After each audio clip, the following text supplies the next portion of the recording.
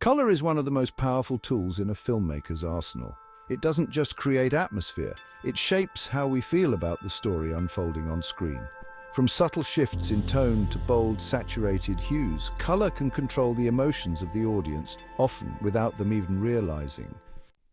Take red, for example. It's the color of intensity, passion, and danger. It heightens emotions, signaling anything from love to anger. In films like The Sixth Sense and Schindler's List, red becomes a symbol of pivotal moments, adding emotional weight to specific scenes, drawing attention to something the viewer must not miss. But when combined with a cooler color like blue, red can have a balancing effect. Blue is the color of calm, reflection, and sometimes sadness. Filmmakers use it to bring tranquility to a scene or to draw out the inner emotions of a character. In films like Moonlight and Her, blue dominates the palette, inviting the audience into quiet moments of introspection. Filmmakers often play with contrasting colors like these, switching between warm and cool tones to keep the audience emotionally engaged. The sequencing of colors can be just as important as the colors themselves.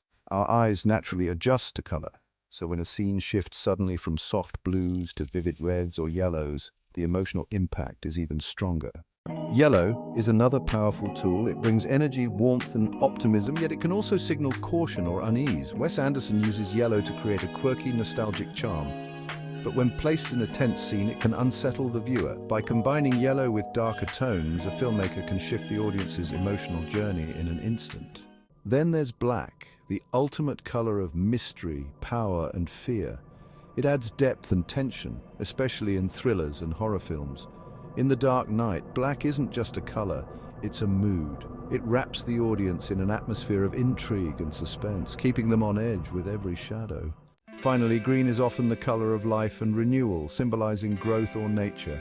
But in films like The Great Gatsby, green takes on a more complex role, representing unfulfilled dreams and envy.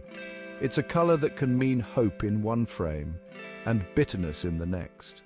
Color isn't just about what's on screen in a single moment. It's about how these colors interact over time.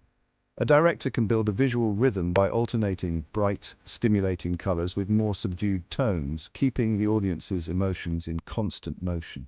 This sequencing is crucial because the eye becomes accustomed to a certain palette, so a sudden burst of color can jolt the viewer out of their comfort zone.